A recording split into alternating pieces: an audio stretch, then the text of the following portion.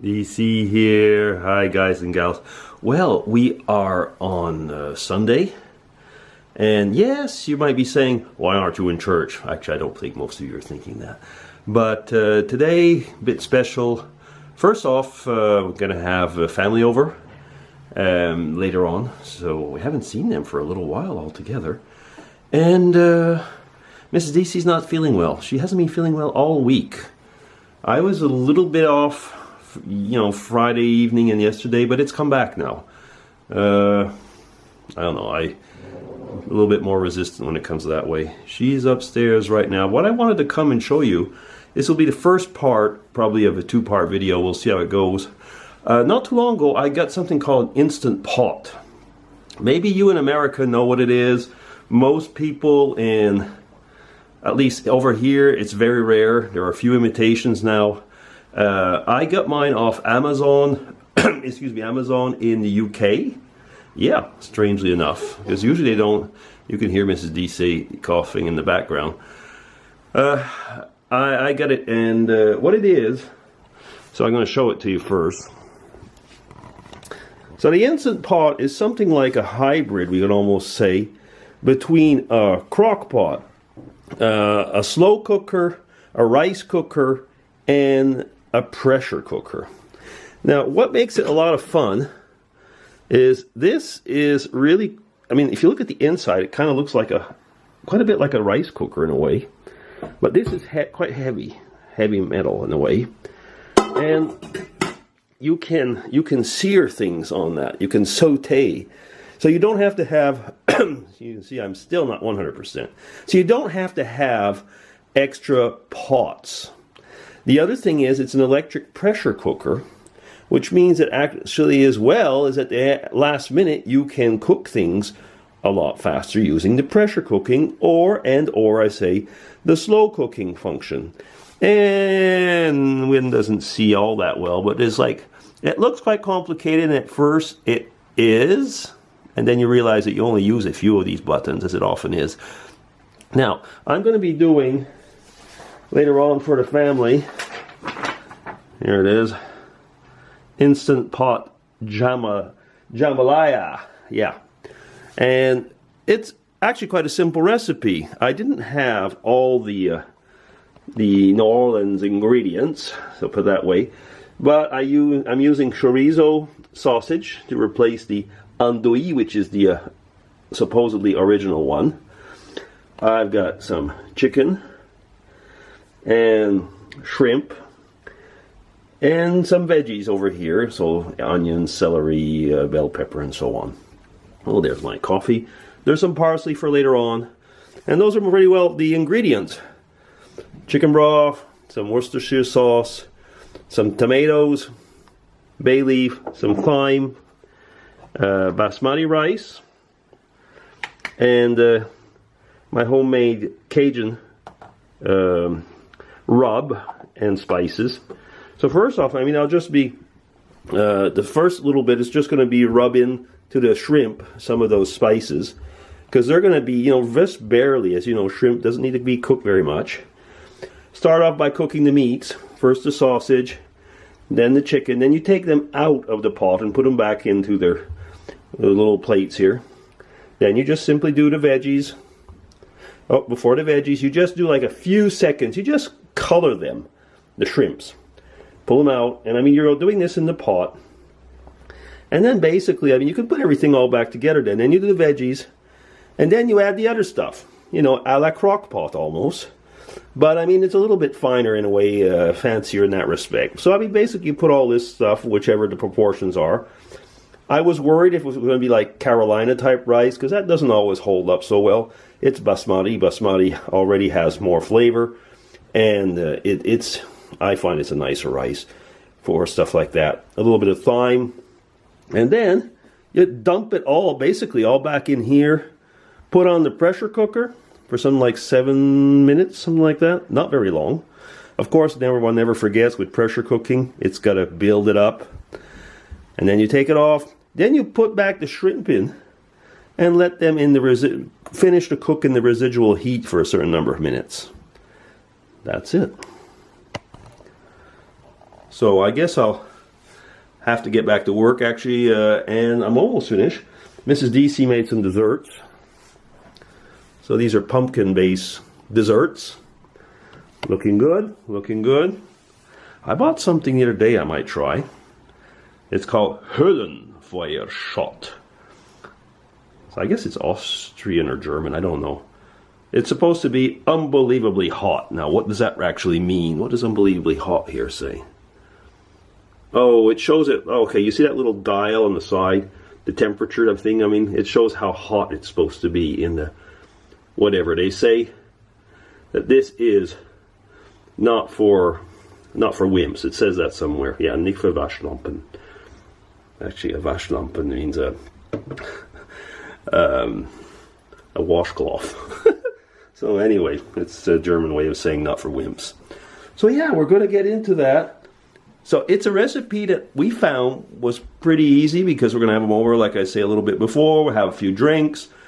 And I can almost do this and take time with them. So let's see what it does. Anyway, I'm stopping now because it'll be a long enough video if I show you a little bit the cooking bit. So we'll see. DC signing off, everybody. Take care. Bye-bye. Okay, DC's back again. Here we go. So the Instant Pot is turned on.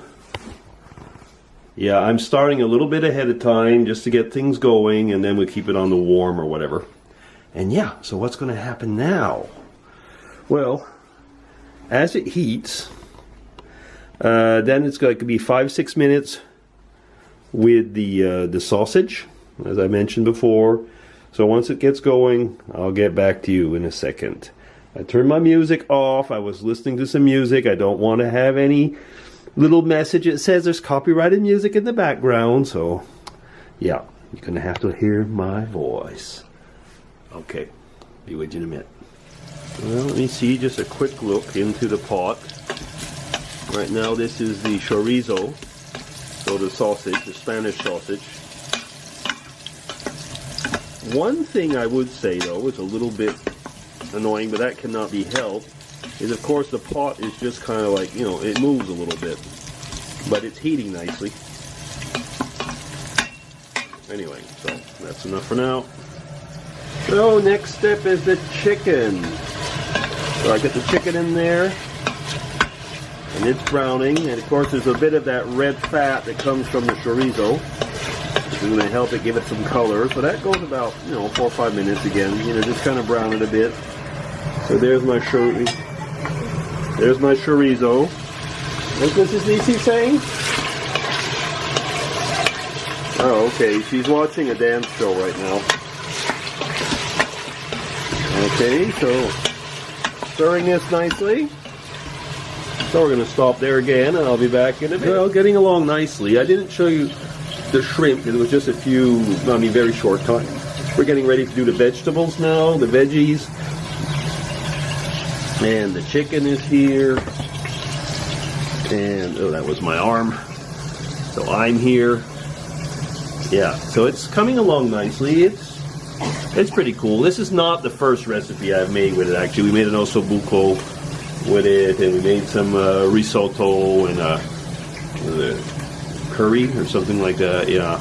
And all came out nicely. This is kind of nice, so this is something, quite a few ingredients. So I hope it'll be good. Okay, so I'll be with you in a second once I get back to my work. Bye. Okay, so we're back. So we're on with the rice bit right now. The temperature's gone down a little bit, but that's all right. It's veggies. I mean, one still has to learn every time you get a new thing, what to play with. After the veggies, we'll be putting in the tomatoes, well, actually everything else, and then we'll put it on the high pressure. So I prepared the thyme, and the thyme and the Cajun spices are here, and I didn't make it too hot because the family isn't that too spicy. I mean, one could add more of these pepper. I mean, just basically dried pepper to get in there. I would probably, but I'll add it later on. So that's about right. Well, maybe a little bit more. We're getting there though. So as soon as that's done, yeah, the rice, the liquids, the Worcestershire sauce, the bay leaves, everything except the shrimp basically, and then it's going to go into the high pressure. Okay, see you in a bit. So here we are. So now we've got the reserve sausage, ooh la la, and the chicken is all in there, and look who's visiting us. It's my daughter-in-law, yes. So I'm going to be with you in a second. Bye-bye. Or specifically.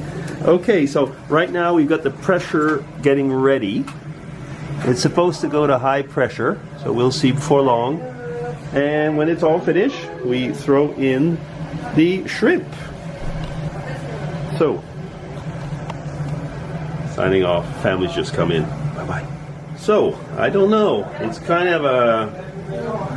Everything went well until I came to put the pressure. I added a little bit more chicken than what the recipe said, and the pressure didn't build up. And it seemed like maybe there wasn't quite enough liquid. I don't know. There was something strange there. I've made the thing with the pressure before, but what can I say? It didn't do its job completely as it should.